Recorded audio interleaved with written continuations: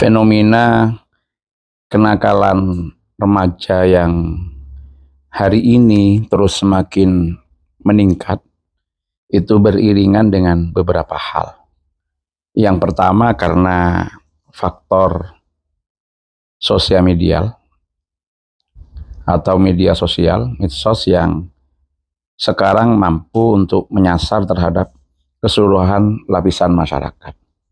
Sehingga anak kecil pun yang dulu ketika akan menonton tayangan-tayangan televisi itu ada batasan umur. Misalkan mau nonton video atau apapun itu ada batasan umur. Sekarang agak sulit untuk dibatasi karena anak kecil pun sudah pegang handphone dan kadang-kadang di sini ada keperluan literasi digital yang harus dimiliki oleh orang tua. Bagaimana memberikan kesempatan kepada anak-anak untuk tetap bisa menggunakan media sosial dalam batas-batas tertentu, tetapi kontennya harus mampu dikontrol oleh keluarga dan dibatasi untuk tidak mengganggu terhadap proses pembelajaran. Nah, yang kedua, hal ini tidak lepas dari lemahnya kontrol dari keluarga. Jadi ketika anak di sekolah itu masih ada kontrol dari guru di sekolah. Kemudian kadang-kadang ketika di rumah masih ada kontrol keluarga. Itu pun kalau keluarganya bukan orang yang bekerja sepanjang hari. Tapi problemnya jarak antara rumah dengan sekolah itu siapa yang mengontrol? Itu lepas. Maka semakin banyak anak-anak remaja, anak-anak usia muda yang proses pendidikannya dilakukan dari rumah ke sekolah, maka fenomena-fenomena seperti itu akan semakin sulit untuk dihindari, untuk dicegah. Kenapa? Ya satu tadi, media sosial yang sudah begitu masif, ada di rumah-rumah penduduk, yang sekarang ini pengguna medsos, itu kalau dilihat dari nomor handphone yang ada di beberapa operator, itu jumlahnya sudah melampaui dari jumlah penduduk Indonesia. Jadi jumlah penduduk Indonesia itu dengan nomor handphone yang beredar di Indonesia, itu lebih banyak nomor handphone yang beredar. Nah ini memang bisa memungkinkan satu orang punya lebih dari satu nomor. Tapi pertanyaan berikutnya, apakah begitu lahir orang sudah pegang handphone? Kan tentu juga di situ. Nah, ketika kemudian adanya filter yang bisa dilakukan oleh keluarga ataupun orang tua kepada anak-anak mereka untuk mengakses berbagai macam informasi yang sekarang sudah tidak bisa dibatasi lagi dan sudah masuk ke berbagai lapisan masyarakat, maka ini harus diimbangi dengan kontrol yang kuat yang ada dalam proses pendidikan. Contohnya, ketika anak-anak ada di pesantren, maka ini bisa diminimalisir potensi yang seperti ini. Kenapa? Karena di pesantren 24 jam itu ada dalam pengawasan. Kemudian ketika di pesantren tidak diperkenankan untuk membawa handphone. Walaupun anak-anak tidak dijauhkan dengan internet sama sekali. Tetapi mereka bisa menggunakan internet ketika berada di ruang kelas pada program-program tertentu yang ada di bawah bimbingan daripada guru. Sehingga kemungkinan untuk mengakses hal-hal yang kemudian bisa merusak terhadap mental dan bisa mempengaruhi terhadap kondisi kejiwaan dan perkembangan kepribadian itu dapat ditekan sedemikian rupa.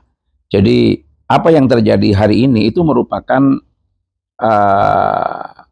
buah dari kemajuan sains dan teknologi yang tidak berimbang penggunaannya di tengah-tengah masyarakat karena tidak ada kontrol yang kuat dari berbagai lapisan masyarakat. Jadi kontrol itu pertama memang mau tidak mau dari orang tua. Yang kedua dari sekolah. Yang ketiga adalah kontrol dari masyarakat. Nah, kontrol ke-1 dan kedua itu masih efektif ketika anak-anak ada di rumah dan anak-anak ada di sekolah. Tapi yang saya katakan tadi, kontrol masyarakat menjadi lemah. Yang di situ dihadapi anak-anak dalam jarak antara rumah dan sekolah. Jadi ini hanya persoalan bom waktu saja. Semakin banyak remaja-remaja yang tidak berada pada lembaga pendidikan yang berasrama. Saya tidak mengatakan harus di pesantren, tapi di berbagai negara, di luar negeri. Saya pernah mengunjungi beberapa negara bagian di Amerika.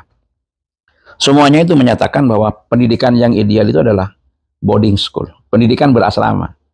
Walaupun bagi mereka namanya bukan pesantren, tapi pendidikan berasrama itu relatif efektif karena kuatnya kontrol yang dilakukan oleh para pengasuh ataupun para guru. Di Indonesia, selain pesantren, sekarang kan yang jadi idola itu kan lembaga-lembaga pendidikan yang menawarkan program full day school. Karena program full day school itu ketika anak berangkat ke sekolah, kemudian orang tua bekerja, orang tua pulang kerja baru jemput anaknya, itu kan sebetulnya meminimalisir jarak antara rumah dengan sekolah yang tanpa kontrol. Nah, kejadian-kejadian semacam itu, seperti yang tadi disampaikan bahwa ternyata pelakunya anak usia sekolah, ya hampir dipastikan yang berada pada kasus yang tadi. Walaupun saya tidak mengatakan bahwa yang di pesantren tidak mungkin terjadi seperti itu, tidak. Tapi kan kalau kita baca secara rata-rata, fenomena-fenomena itu akan dialami oleh orang-orang yang berada pada konteks lost control. Entah seberapa waktu lost control. Gampangnya kadang-kadang kan begini. Kalau anaknya berangkat dari rumah ke sekolah, apalagi perempuan, kadang guyonan tetangganya, anakmu kok belum pulang? Biasanya kan pulang jam 1, ini pulang jam 3. Awang cuma pulang jam 3, kan tidak nginep. Walaupun tidak nginep, 2 jam itu mau ngapain sudah selesai. Kan tidak perlu waktu 2 jam itu. Untuk kemudian terjadi seperti yang jenengan sampaikan tadi. 2 jam itu mau ngapain sudah selesai. Dan ketika orang dari satu desa ke desa yang lain letak sekolahnya karena tidak berdekatan dengan rumah, itu masyarakat di sana tidak bisa jadi kontrol karena tidak tahu sama orang itu. Jadi seumpama tidak di pesantren, misalkan orang Tugusari, sekolahnya di Tugusari, jarak antara rumah dengan sekolah itu berdekatan, itu kontrolnya masih kuat. Selain daripada kontrol sekolah dan kontrol keluarga, masih ada kontrol masyarakat. Kan rata-rata masyarakat kalau orang situ kan tahu. Jadi ada rasa sungkan dari anak itu untuk melakukan perbuatan menyimpang ketika dia berada di tengah-tengah orang yang dikenalinya. Tapi kalau orang Tugusari sekolahnya sudah di Bangsal, apalagi sekolahnya di Tanggul, apalagi orang Tugusari sekolahnya di Jember, jaraknya itu siapa yang bisa kenal di situ? Misalkan ya, dia sekolahnya di Tanggul, berhenti di Gambirono, orang Gambirono nggak akan tahu dia orang Tugusari. Dia tinggal mampir kemana. Lah itulah fenomena yang terjadi seperti itu. Jadi begini, itu yang saya sampaikan barusan sempat terjadinya kedaulatan. Iya, perspektif sosialnya begitu. Iya. Ini yang menjadi masalah itu begini. Ini kejadian yang cukup menyayat hati sebenarnya. Iya. Dalam 50 hari. Iya. Itu ada kasus bayi dibunuh. Iya. Jadi apa namanya? Salah satu pelakunya ya, ini kan masalah sosial yang cukup mengerikan bagi saya karena beruntutan dan terjadi. Nah, seperti yang kita ketahui secara umum bahwa orang melakukan penyimpangan itu, atau mungkin dalam bahasa yang lebih ekstrim kejahatan, itu mau disebut kejahatan atau tidak kan itu perspektifnya. Itu penyebabnya 2 hal. 1, niatan dari pelakunya. Yang 2 adalah adanya kesempatan.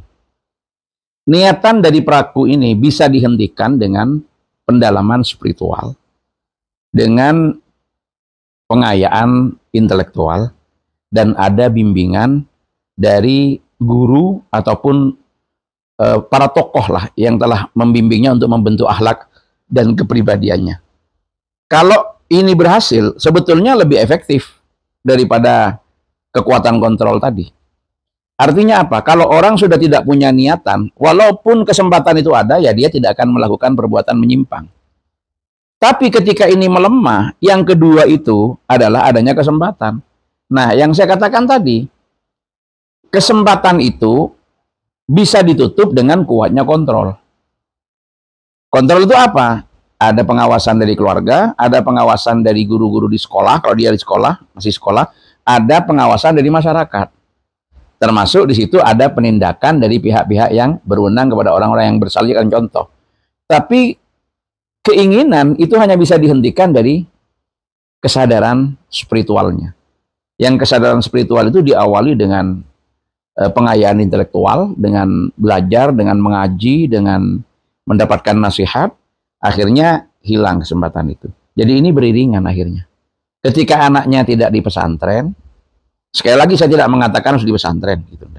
Tapi ketika seorang anak itu tidak di pesantren, berarti beberapa hal yang mengarah kepada menutup keinginan itu kan kecil.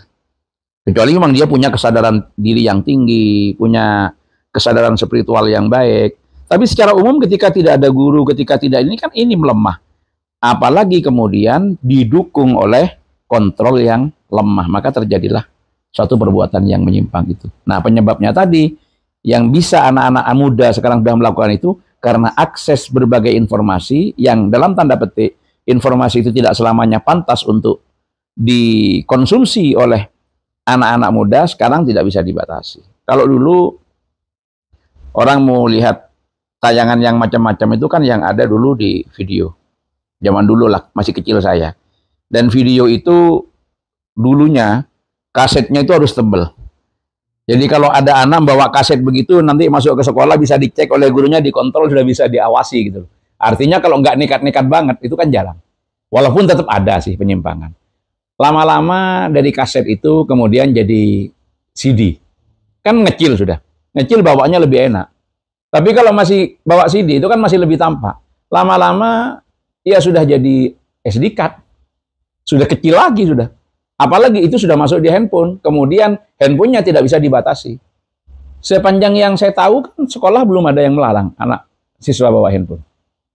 Paling hanya tidak boleh dipakai di kelas, itu pun kalau tidak menggunakan internet dan lain sebagainya. Kalau menggunakan aplikasi kan sekarang berbagai pembelajaran sudah berbasis internet. Berarti anak usia kelas 1 SD pun di sekolah-sekolah tertentu itu kan harus bawa handphone.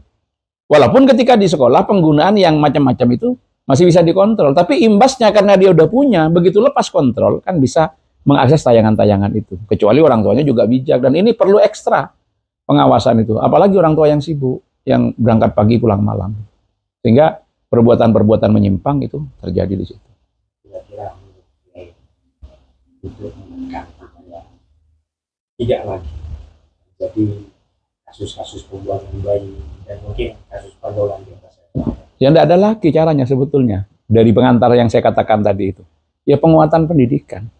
Dan menempatkan anak di lembaga pendidikan yang lingkungannya itu sangat mendukung terhadap pembentukan karakter dan kepribadian yang baik untuk menghilangkan niatan tadi dan penguatan kontrol yang ada di masyarakat. Kalau dua hal ini ketemu, nggak ada peluang orang melakukan kejahatan. Tapi begitu salah satunya melemah, maka di situ potensinya semakin besar. Sehingga menutup potensi itu harus menjadi kesadaran bersama dari seluruh masyarakat, kesadaran orang tua. Kalau dia tidak yakin bisa ngawasi anaknya 24 jam, ya jangan coba-coba anaknya ke sekolah berangkat dari rumah. Kan tidak mungkin anaknya nggak disekolahkan sekarang. Kan nggak ada orang tua yang tidak mau anaknya sekolah. Tapi dia tidak yakin bisa jaga anaknya. Ya jangan coba-coba berani untuk anaknya itu sekolah di luar. Ya harus dimasukkan ke pesantren. Harus dimasukkan ke pesantren. Walaupun kata saya tadi tidak harus di situ, tapi yang penting kontrol.